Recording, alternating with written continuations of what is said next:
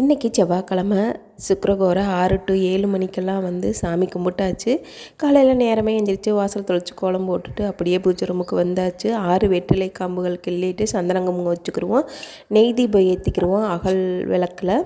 அப்படியே வேல் வச்சுக்கிருவோம். கொஞ்சம் பூ அலங்காரமும் பண்ணி விளக்கு ஏற்றிக்கிருவோம். அப்படியே முருகா உன்னையவே நான் நம்பி இருக்கேன், ஏப்பா எனக்கு இவ்வளோ கஷ்டம் அப்படின்ற மாதிரி இருந்துச்சு.